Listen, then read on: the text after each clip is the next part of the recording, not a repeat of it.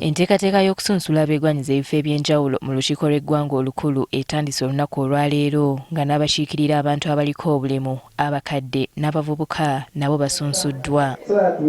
Okwawukanako n'abalala basunsuddwa mu disitulikiti zaabwe, bano bo basunsuddwa ku kitebe ky'akakiiko k'ebyokulonda. Mu basunsuddwa olwaleero ye Jacqueline Mbabazi, ono nga ye mukyala w'eyaliko Ssaabaminisita wa Uganda Amama Mbabazi okukiikirira abakadde mu bugwanjuba bw'eggwanga. Declare Mbabazi Jacqueline duly nominated as candidate to contest for election as regional representative of older persons in the parliament. Congratulations.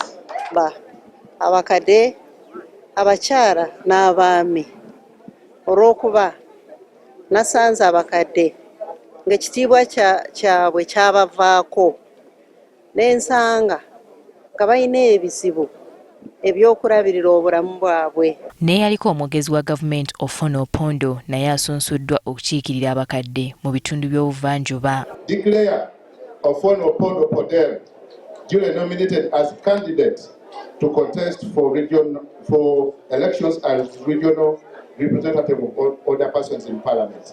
Congratulations. Yagadde gavumenti eyongere ssente z'eweereza abakadde mitwalo ebiri n'ekitundu tosobola nakumaza omuntu okutwala omwezi. N'abeegwanyiza okukiikirira abavubuka okuva mu bitundu by'eggwanga eby'enjawulo nabo basunsuddwa okubadde Mase Kanyesije eyawangulwa mu kamyufu ka NRM nga ye yasazeewo okujja ku bwannamunigina. Nze ng'omuntu nga ntuuse mu parliament nja kumakinga sure nti any program y'aba youth they are always any program youth are always represented. Nyezera kuheereza ensinga nti abagenzi bange n'omulamu gubakweta service beyond self.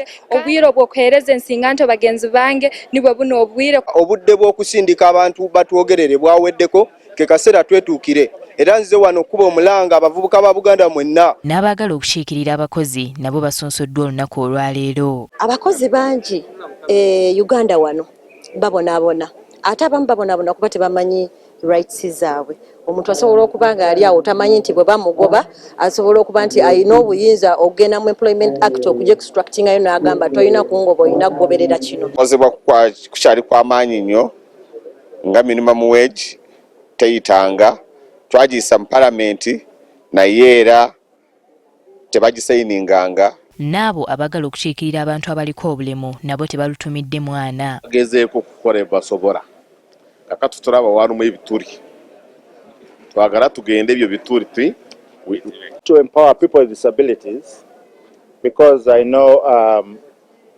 much as we have very good policies in place, people with disabilities are not feeling the impact of what we're doing. Akakiiko k'ebyokulonda katutegeezezza nti olunaku olusoose lutambudde bulungi ne batubuulira n'omuwendo gw'abantu ogusunsuddwa olunaku olwaleero. Twakasunsulamu candidates 12 okwesimbawo okuvuganya okukiikirira abakozi ate nga twakasunsulamu candidates 9 okwesimbawo okukiikirira abantu abalina obulemu ku mibiri gyabwe. Akakiiko k'ebyokulonda kakomekkereza okusunsula abaagala okuvuganya ku ky'obubaka bwa Parliament olunaku olw'enkya.